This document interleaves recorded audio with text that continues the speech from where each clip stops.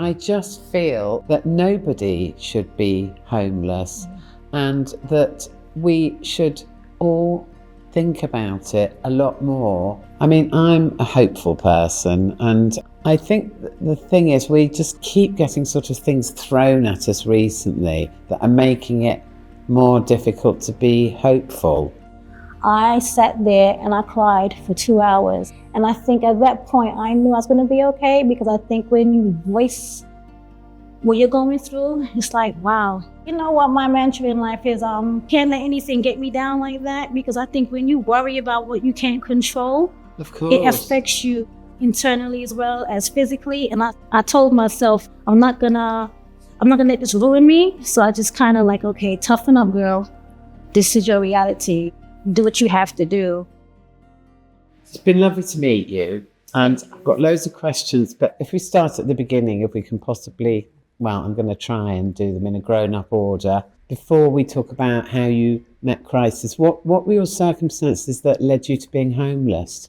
Okay, so I thought I had the perfect life. I had a nice home, great job, and I thought I had the perfect relationship. But as I reflect now, I realized that the mental and physical abuse wasn't normal. And I think I was having a nervous breakdown. One day I was driving to work and I felt the urge to crash into the wall, the barrier, and kill myself. And something kept saying, just do it. Like, I don't know, something came over me. And it's continued for a few days. And I remember I told my mom, and I said, Mom, I feel like I want to hurt myself. And she said, well, you need some help. My life spiraled out of control, like lost myself, my moral compass, everything. And I realized that I make no excuses, but I fell in love with the wrong person, and I allowed myself to not love myself and not know my self-worth. And I hit rock bottom. When I came out of that, I realized that I needed to go somewhere and be around family and just try and pick up the pieces and just get myself together, because had I stayed, I knew that I would have never left that person. And I don't know, maybe I would have ended up dead, I don't know. But I knew I had to get away. Of course. So I came to England, $500. I had a green Nike bag and I had 3 outfits and a couple of toiletries. And I landed on a Thursday. So I sat there in Heathrow and I was like, oh my God. Like, I didn't know I think I was still in shock. I think I must have had a nervous breakdown, because I'm thinking about it now. Every time I talk about it, I just try to go back to then when I came and, I looked awful. And I sat there, then it turned into Friday. It turned into Saturday. And sitting in Heathrow Airport, wow. I'd go to the bathroom every morning, brush my teeth, wash my face. And then the police came. Right. And they said, I'm not realizing that they've seen me on camera. Oh. So I lied, yeah, I'm waiting for family to come and pick me up, not realizing that they knew that I was there on Thursday. Maybe I looked suspicious. And they said, okay. So I thought by going to another part of the airport that they wouldn't know, but they came back again. And I told them the truth. And they said, look, do you need some help? And I told them what was going on. And they gave me a card to a charity that maybe could help. I went to the charity right away the Monday, actually. And I explained, and they told me, well, our funds are limited, but we can put you in accommodation, a hostel for a few days. After a few weeks, the charity ran out, so we no longer can pay for the hostel, because other people that are in worse circumstances, it has to be fair. So I'm like, okay. And I saw a pamphlet, and it said crisis. And I'm like, so it just happened. Just so happened. What a stroke of luck. Yeah, they never told me about crisis. I had a couple of flyers on the table, like how we're sitting here. And I picked it up and I saw this red and white flyer, and it said crisis. So I called, and they told me to come down. They had me speak with Ed, who was going to be my coach. And for the first time in about 10 years, because I was with this person for 10 years going through this, I sat there and I cried for 2 hours, and I told Ed everything, and he listened. He didn't stop me. He just kept giving me tissue, offered me cups of tea. He listened. And I think at that point, I knew I was going to be okay, because I think when you voice what you're going through, it's like, wow. I mean, I'd imagine the relief of having someone just letting you... Just to listen. Yeah, and just listening. Yeah. Must have been amazing, actually. It was. And then from that point on, crisis was in my life. I was able to, get some benefits. I've never been on benefits. Always had fantastic jobs. I didn't know about universal credit. I don't know these things. Sure. So he helped me to do that. And I found an apartment, a little 1-bedroom. I didn't have any furniture for a few months, but it was okay. I had a key and I had a roof and it was safe and it was mine. To be honest, Joan, you don't look old enough to have done all this. I'm 50. I'll be 55. Oh, my God. Yeah. I'm only 31 and look at the state of me. Wow, are you really? Yeah, I'll be 55 in January the 6th. So, oh my word. Yeah, I've been around the block. Well, it doesn't show. In fact, the opposite, to be honest. You know what my mantra in life is? Can't let anything get me down like that, because I think when you worry about what you can't control, of course, it affects you internally as well as physically. And I told myself, I'm not gonna let this ruin me. So I just kind of okay, toughen up, girl. This is your reality. Do what you have to do. And I've never looked back. Okay, enough about me. Can you tell me, how did you get involved in crisis?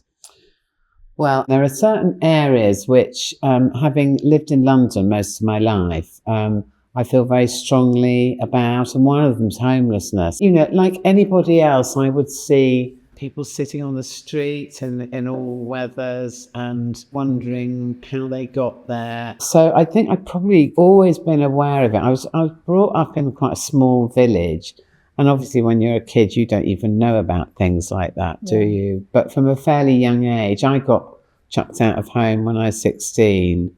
So I kind of, I had to toughen up as well and lived on my own for quite a long time. And so from quite a young age, I think I was much more aware of what was going on around me, really. And having also been a mental health nurse for 10 years and working in the equivalent of an A&E, where people would come in an emergency, you see every possible sort of character. It gave me a really good insight into what's going on in reality, which I think lots of people don't really have. They don't know what's happening outside their lives a lot of the time. And in a way, some of them don't want to know. Homelessness is kind of absolutely spiraling out of control because of COVID, because of landlords having to sell their properties and chucking people out.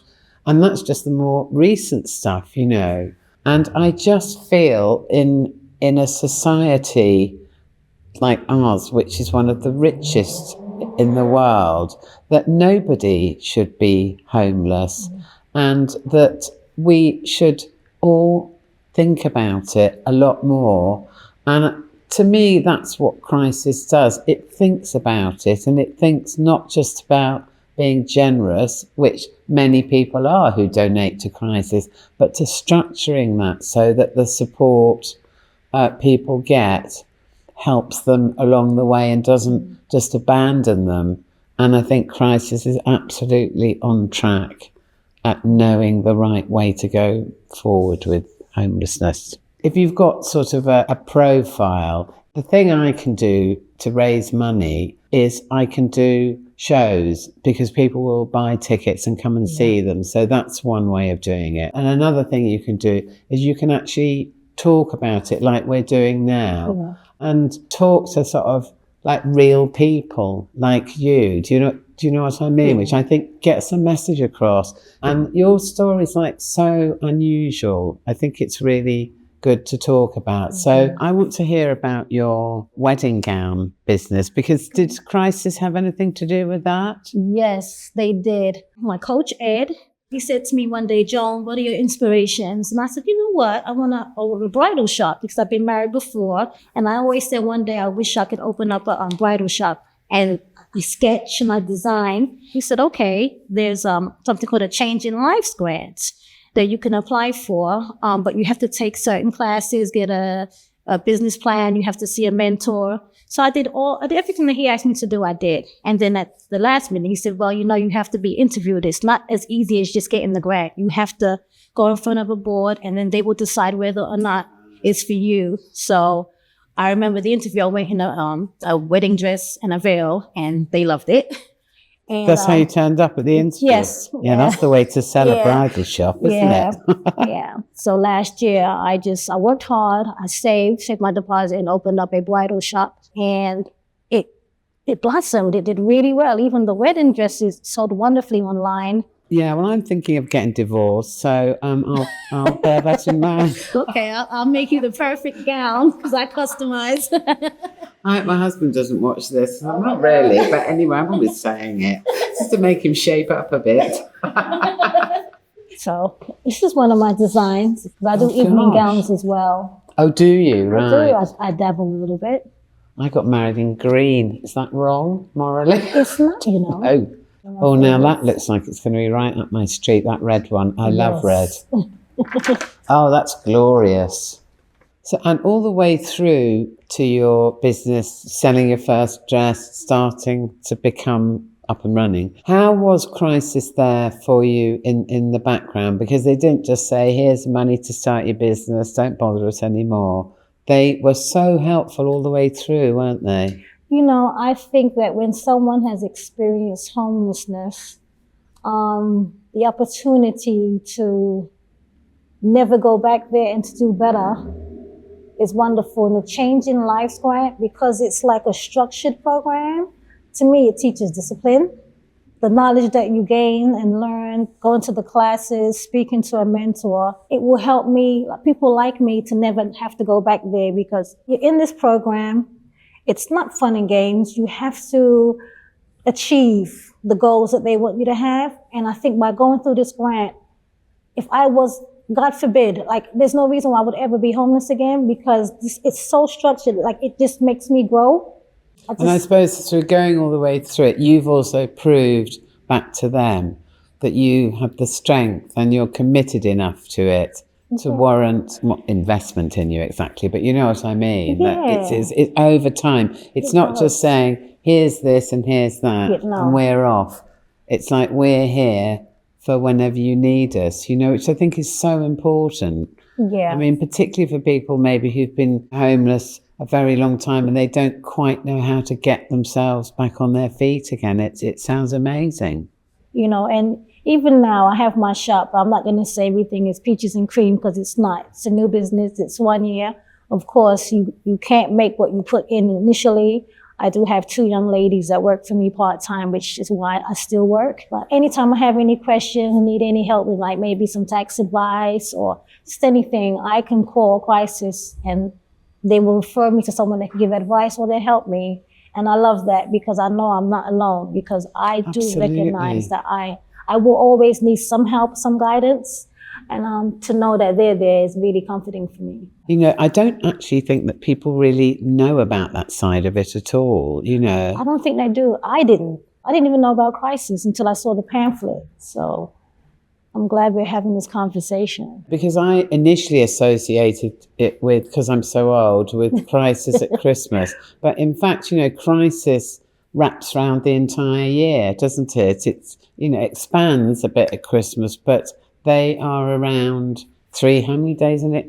365. Yeah, so yeah, so people may not realise that either. So Joan, actually having lived through the experience of homelessness, I mean, that sounds so important that people like you are kind of involved in decisions about how to go forward, because I suppose actually having people that have gone through it must be so important. It is, and I love how Crisis involves their members, because who would know better? And I love how they look to us, you know, for our opinion. They listen to our experience and our suggestions. And I think that when you're approaching other people that might be vulnerable, they will respect that okay, these people were just like me at one time. So I think that they're more keen to listen. The way that Crisis has us involved in many things, I think it's a great thing. And it also shows that they respect us as well, and that they see us as human beings that are capable of making choices that will have a bigger impact overall. So yeah, sort of rather than just doing things to people, doing things with them. I mean, it's such a different thing, isn't it, really? It's more authentic, and I think the impact will be better, because I think that if crisis goes to, say, a company and talks about donated and stuff, I think when that company has a panel of experts that have been there, done that, I think they take note, like, oh, okay, well, now we can see the juxtaposition. Okay. So I think it's better. So I love that about crisis, because they keep us involved. And it's not just, okay, Joan, you're okay now. We'll see you. No, it's not that. It's, would you like to be a part of this? Would you like to look at some policies? I love that. Yeah, Yeah, absolutely. I love that. Most people, they just see like a very tiny snapshot of homelessness, don't they, really? I mean, it reminds me that I did one of those sleep out things, Yeah. where you stay out for a couple of nights, and it was in the middle of the winter and it was freezing cold. And I know this is like so pathetic of me, but I could barely get through 2 nights of it, let alone imagine what it was like for other people, And I suppose that's a minor step away from donating, to get some sense. And particularly as a woman, I just got a real sense of the danger. The nearer you can get to someone's authentic experience, the better that's going to be for everyone, I think. Yes. Okay, hope. How important is that, in your opinion, to solving homelessness? I mean, I'm a hopeful person, and I think the thing is, we just keep getting sort of things thrown at us recently that are making it more difficult to be hopeful. But that doesn't mean that good people can't shout louder than bad people, in my opinion. So I think we just all need to be very positive. I mean, I'm a very positive person, to the point of driving my family nuts. So I have to tone it down at times. But I just think a lot of people find it easy just to lose hope and to give up. But I think you're a shining example of the hopeful person, because you went through a huge amount. You suffered for a long time by the sounds of it, but you always had some hope.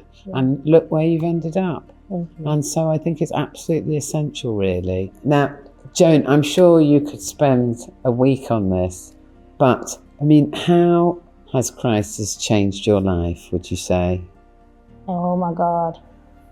Without crisis, I'm not being dramatic, I think I would have been dead. Really? Yeah, and I'm not being dramatic. My job, I got that job through crisis.